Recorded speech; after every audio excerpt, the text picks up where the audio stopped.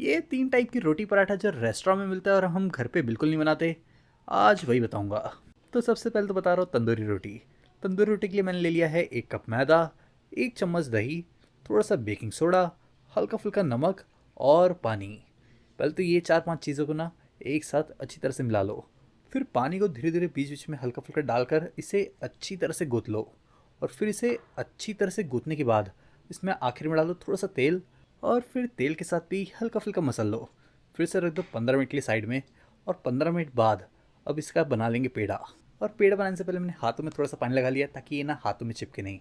फिर अच्छी तरह से पेड़ा बनाने के बाद अब इस पर डाल दो थोड़ा बहुत सूखा मैदा। और सूखा मैदा डालने के बाद पहले तो इसे हाथों से इस तरह से दबा लो और फिर बेल लो। फिर से रोटी की तरह ही बेलना है। वैसे तंदूरी रोटी रेस्टोरेंट में भी ना 2 तरह के बनते हैं। एक जिसमें आटा मैदा मिक्स होता है और एक सिर्फ मैदा।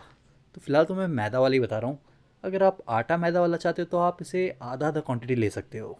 अब देखो घर पे तंदूर नहीं है तो फिर ऐसी जुगाड़ से पकाना पड़ेगा। तो देखो मैंने तवे को ही अलट पलट कर दोनों साइड से इसे इस तरह से पका लिया है। अब इसके बाद इसे निकाल लो। हाँ, बस एक चीज़ कहूँगा कि नॉन स्टिक तवा मत यूज़ करना। वो जो आयरन वाला तवा आता है ना, वही यूज़ करना। अब बताता हूँ नान की रेसिपी।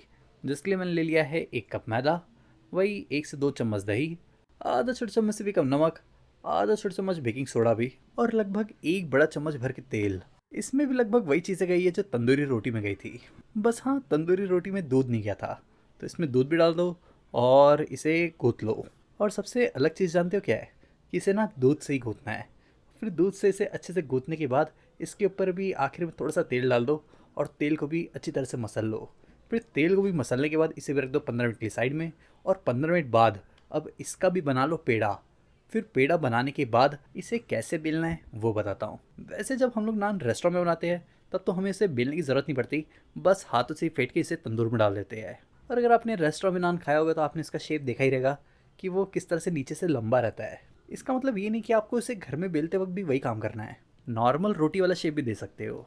फिर इसे बेलने के बाद अब ऊपर से डाल दो थोड़ा बहुत कलौंजी और साथ में बारीक कटी हुई धनिया। फिर कलौंजी धनिया को भी हाथों से ना हल्का हल्का प्रेस कर लो। और फिर दूसरे साइड पर थोड़ा बहुत पानी लगाकर अब इसे तवे पे डाल दो। फिर से कह दे रहा हूँ, इसे नॉनस्टिक तवा पे बनाने का ट्राई मत करना। और अगर आयरन का तवा होगा तो ज़्यादा अच्छा है। पहले तो पीछे से थोड़ी देर पका लेना। फिर इसके बाद तवे को ही पलट कर इसे आगे साइड से ही पका लो। घुमा फिरा कर सभी साइड से इस तरह से पकाने के बाद अब ना इसे निकाल लो। निकालते वक्त थोड़ा बहुत तो चिपका रहेगा नीचे से, लेकिन हाँ, उतना तो तंदूरी में भी होता है। अब बारी है लच्छा पराठा की, जिसके लिए मैंने ले लिया है 1 कप मैदा, आधा छोटा चम्मच नमक, थोड़ा सा तेल, लगभग 2 चम्मच, और साथ में दूध। और हाँ, पिछले रेसिपी की तरह इसे सिर्फ दूध से नहीं गूँथना है, तो मैंने इसमें सिर्फ 1/4 कप दूध डाला है, बाकी तो इसमें पानी जाएगा।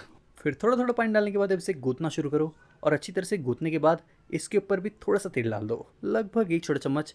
फिर तेल को भी अच्छी तरह से मसलने के बाद अब इसका भी पेड़ा बना लो।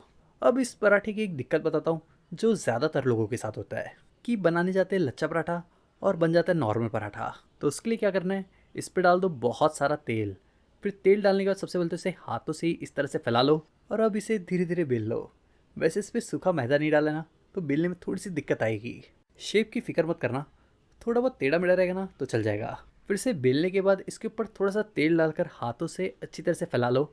फिर इसके बाद इसे इस तरह से मोड़ लो। मैं काफ़ी तेज़ कर रहा हूँ, आपको इतना फास्ट करने की ज़रूरत नहीं है, आप आराम आराम से करना। फिर इस तरह लेयर्स में मोड़ने के बाद अब इसे चकली की तरह मोड़ लो। और अब इस तरह से भी मोड़ने के बाद पहले तो इसे हाथों से हल्का फुल्का दबा लो। और फिर इसके बाद इसे बड़े हल्के हल्के हाथों से बेल भी लेना। और ज़्यादातर लोगों से गलती भी यही होती है। तो हल्के हल्के हाथों से इसे बेलने के बाद अब इसे डाल दो सीधा गर्मा गर्म तवे पर। और तवे पे डालने के बाद दोनों साइड पे हल्का फुल्का तेल भी लगा लेना।